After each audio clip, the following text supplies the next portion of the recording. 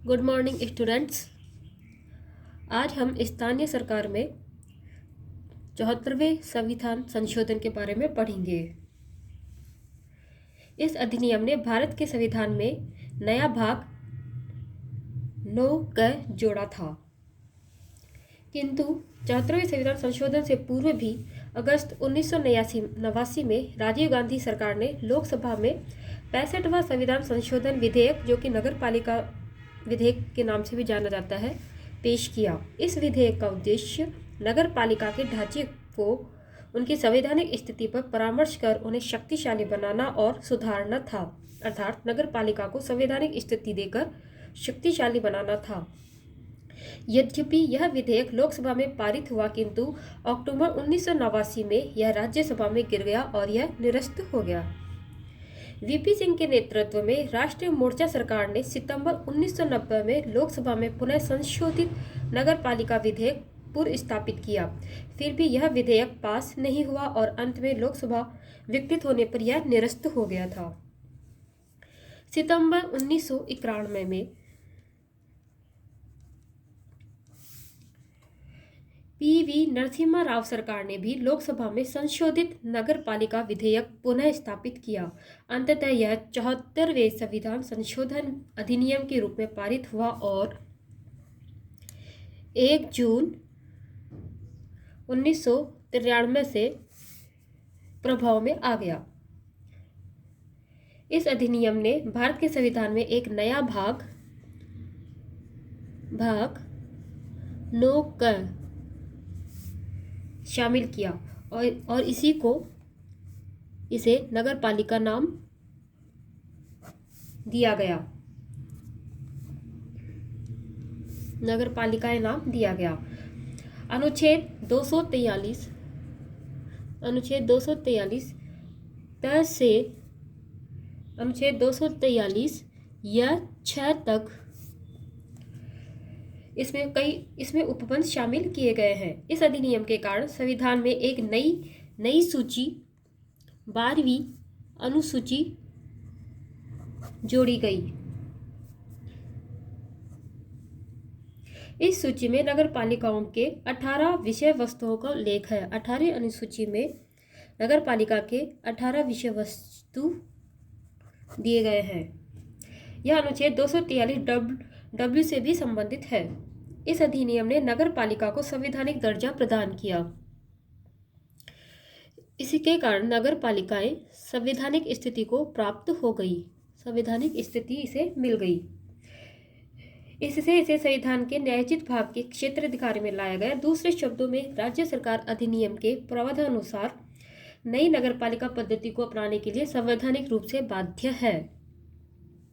इस अधिनियम का उद्देश्य शहरी शासन को पुनर्जीवित करना एवं शक्तिशाली बनाना है, जिससे कि वे स्थानीय शासन की इकाई के रूप में प्रभावशाली ढंग से कार्य कर सके। प्रमुख विशेषताएं।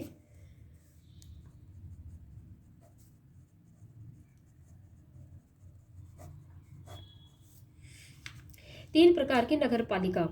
यह अधिनियम प्रत्येक राज्य में निम्न 3 तरह की नगर पालिकाओं की संरचना का उपबंध करता है: नगर पंचायत, नगर पालिका और नगर पालिका निगम।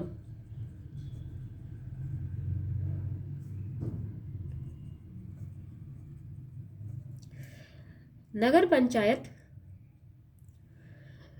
जो वह क्षेत्र जो ग्रामीण क्षेत्र से शहरी क्षेत्र में परिवर्तित हो रहा हो, वहां के लिए नगर पंचायत होती है। अर्थात ग्रामीण क्षेत्र है किंतु वह शहरी क्षेत्र में परिवर्तित होता है, तो वहाँ पे नगर पंचायत बनाई जाती है। जो छोटे शहर है, जो छोटे शहरी क्षेत्रों के लिए नगर पालिका होती है और बड़े शहरों के लिए, बड़ी शहरी क्षेत्रों के लिए नगर निगम बनाया जाता है। संरचना में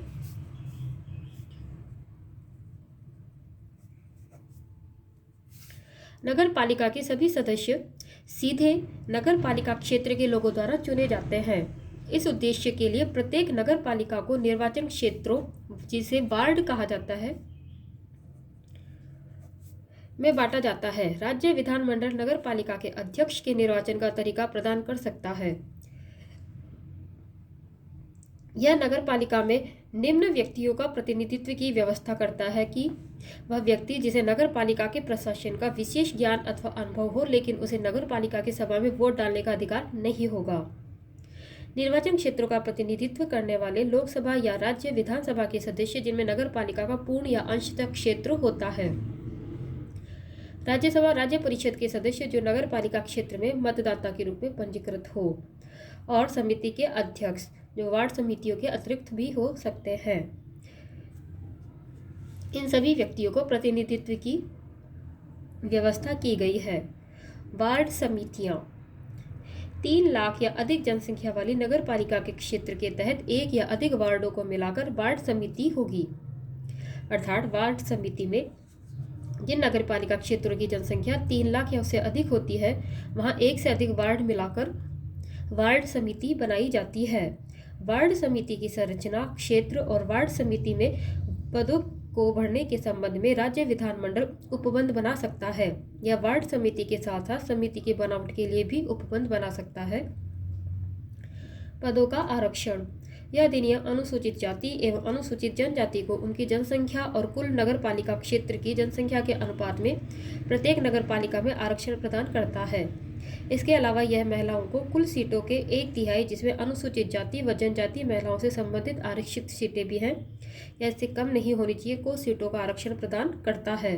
अर्थात महिलाओं को कुल सीटों को 1/3 सीटों पर आरक्षण है। राज्य विधानमंडल अनुसूचित जाति, अनुसूचित जनजाति और महिलाओं हेतु नगर पालिका में अध्यक्ष पद के आरक्षण हेतु विधि निर्धारित कर सकता है। यह किसी भी नगर पालिका या अध्यक्ष पद पर पिछड़ी जातियों के आरक्षण के समर्थन में कोई भी उपबंध बना सकता है। नगर पालिका का कार्यकाल। यह अधिनियम प्रत्येक नगर पालिका की कार्यकाल अवधि 5 वर्ष निर्धारित करता है। यद्यपि इसे इसकी अवधि से पूर्व भी समाप्त किया जा सकता है, उसके बाद एक नई नगर पालिका का गठन किया जाएगा। इसकी 5 वर्ष की अवधि समाप्त होने से पूर्व या विघटन होने की दशा में इसे विघटन होने की तिथि से 6 महीने की अवधि तक रखा जा सकता है। किंतु जहां इस अवधि जो 6 महीने से कम हो, उस अवधि के लिए नगर पालिका के लिए किसी चुनाव की आवश्यकता नहीं होगी। फिर भी नगर पालिका के कार्यकाल की समाप्ति के पूर्व गठित नगर पालिका उस शेष अवधि के लिए बना रहेगा जिस अवधि के लिए भंग की गई नगर पालिका भंग नहीं किए जाने पर बना रहता है। अर्थात नगर पालिका अगर बीच में विघटित हो जाती है तो नई नगर पालिका शेष अवधि के लिए ही बनेगी, पूरे कार्यकाल के लिए वो नहीं बनेगी। दूसरे शब्दों में समय पूर्व भंग के पश्चात पुनः गठित नगर पालिका 5 वर्ष की पूर्ण अवधि के लिए नहीं बनी रहेगी, बल्कि केवल बची हुई अवधि के लिए ही कार्य करेगी। निर्भरताएं। चुने जाने पर या नगर पालिका के चुने हुए सदस्य कुछ स्थितियों में निर्भय घोषित किए जा सकते हैं, जो कि है कि संबंधित राज्य के विधानमंडल के निर्वाचन के प्रयोजन हेतु प्रचलित किसी विधि के अंतर्गत, राज्य विधान द्वारा बनाए गए किसी विधि के अंतर्गत फिर भी किसी व्यक्ति को 25 वर्ष से कम आयु की शर्त पर निरस्त घोषित नहीं किया जा सकेगा यदि वह 21 वर्ष की आयु पूरी कर चुका हो। इसके बाद निर्भरता संबंधित सारे विवाद राज्य विधानमंडल द्वारा नियुक्त अधिकारियों के समक्ष ही प्रस्तुत किए जाएंगे। अर्थात नगर पालिकाओं में भी 21 वर्ष की आयु पूरी कर चुके व्यक्ति को निरस्त घोषित किया जाता है। राज्य निर्वाचन आयोग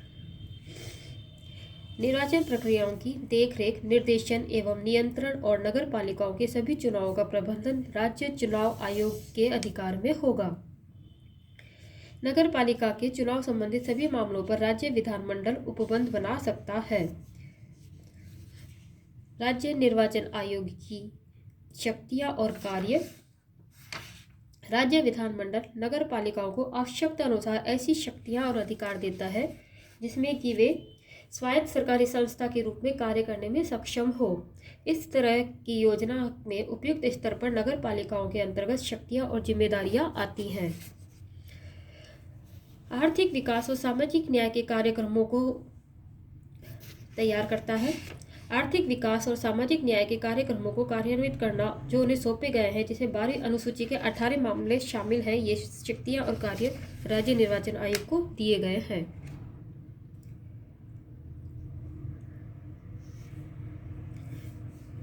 यह 74वें संविधान संशोधन का भाग 1 है।